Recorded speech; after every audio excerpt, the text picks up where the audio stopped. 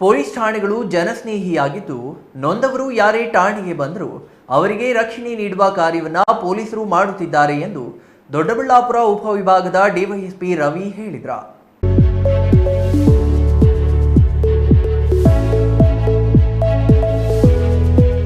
ಠಾಣೆಗೆ ಬರುವವರಿಗೆ ಯಾವುದೇ ತಾರತಮ್ಯ ಮಾಡುವಂತಿಲ್ಲ. ಸಾರ್ವಜನಿಕರನ್ನ ಗೌರವದಿಂದ ಕಾಣಬೇಕು ಎಂದು ಇಲಾಖೆ ಸಿಬ್ಬಂದಿಗೆ ಸೂಚನೆ ನೀಡಲಾಗಿದೆ. ದೌರ್ಜನ್ಯಕ್ಕೆ ಒಳಗಾದವರು ಠಾಣೆಗೆ ಬಂದಾಗ ಯಾರ ಶಿಫಾರಸು ಇಲ್ಲದೆ ನೇರವಾಗಿ ನಿರ್ಭೀತಿಯಿಂದ ಬರಬಹುದು ಎಂದ್ರ. ಯಾರಿಗೂ ತಾರತಮ್ಯ ಮಾಡದೆ ನೊಂದವರಿಗೆ ನ್ಯಾಯ ಕೊಡುವ ಕೆಲಸವಾಗುತ್ತದೆ ಎಂದು ದೊಡ್ಡಬಳ್ಳಾಪುರ ಉಪವಿಭಾಗದ ಡಿವೈಎಸ್ಪಿ ರವಿ ಹೇಳಿದ್ರ.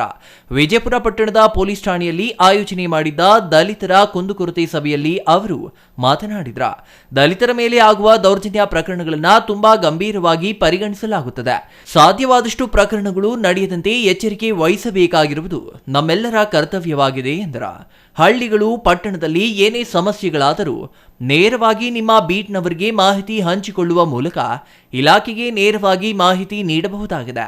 ಇದರಿಂದ ಅನ್ಯಾಯಕ್ಕೆ ಒಳಗಾದವರಿಗೆ ತ್ವರಿತವಾಗಿ ನ್ಯಾಯ ಕೊಡಿಸಲು ಸಾಧ್ಯವಾಗುತ್ತದೆ ಎಂದರ. ಹಳ್ಳಿಗಳಲ್ಲಿ ಅಕ್ರಮವಾಗಿ ಮದ್ಯ ಮಾರಾಟ ನಡೆಯುವುದನ್ನು ತಡೆಗಟ್ಟಬೇಕಾ, ಬೇರೆಯವರ ಒತ್ತಡಗಳಿಗೆ ಒಳಗಾಗಿ ದಲಿತ ದೌರ್ಜನ್ಯ ಪ್ರಕರಣಗಳನ್ನು ದಾಖಲಿಸುವಂತೆ ಸುಳ್ಳು ದೂರು ನೀಡುವವರಿಂದ ಸಮಾಜದಲ್ಲಿ ಬೇರೆ ರೀತಿಯಲ್ಲಿ ಸಂದೇಶಗಳು ಹೋಗುತ್ತವೆ. ನಿಜವಾಗಿಯೂ ಯಾರು ದೌರ್ಜನ್ಯಕ್ಕೆ ಒಳಗಾಗುತ್ತಾರೋ ಅವರು ಕೊಟ್ಟ ದೂರನ್ನ ದಾಖಲು ಮಾಡಿ ನ್ಯಾಯ ಕೊಡುವ ಕೆಲಸವಾಗಬೇಕು. ಪಟ್ಟಣದ ಸರ್ಕಾರಿ ಪದವಿ ಪೂರ್ವ ಕಾಲೇಜಿನ ಬಳಿಯಲ್ಲಿ ಸಿಸಿ ಕ್ಯಾಮೆರಾಗಳನ್ನ ಅಳವಡಿಸಬೇಕು. ಹಳ್ಳಿಗಳಿಂದ ಬರುವಾಗ ಗಾಂಧಿ ಚೌಕದಲ್ಲಿ ಟ್ರಾಫಿಕ್ ಸಮಸ್ಯೆ ಹೆಚ್ಚಾಗಿದ್ದು, ಈ ಸಮಸ್ಯೆಯನ್ನ ಬಗೆಹರಿಸಬೇಕು.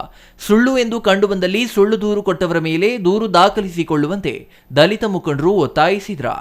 ಪೊಲೀಸ್ ಇನ್ಸ್ಪೆಕ್ಟರ್ ಪ್ರಶಾಂತ್ ನಾಯಕ್, ಅಪರಾಧ ವಿಭಾಗದ ಸಬ್ ಇನ್ಸ್ಪೆಕ್ಟರ್ ಸಾದಿಕ್ ಪಾಷಾ, ಜಿಲ್ಲಾ ಜಾಗೃತಿ ದೌರ್ಜನ್ಯ ನಿಯಂತ್ರಣ ತಡೆ ಕಾಯ್ದೆ ಸದಸ್ಯ ಎಂ ವೇಣುಗೋಪಾಲ್, ಮುಖಂಡರಾದ ಎಚ್ ನಾರಾಯಣಸ್ವಾಮಿ, ಶ್ರೀನಿವಾಸ್, ವೆಂಕಟೇಶ್, ಪ್ರಭು, ಬಟ್ರೇನಹಳ್ಳಿ ನಾರಾಯಣಪ್ಪ, ರಮೇಶ್ ಇನ್ನೂ ಹಲವರು ಹಾಜರಿದ್ರ.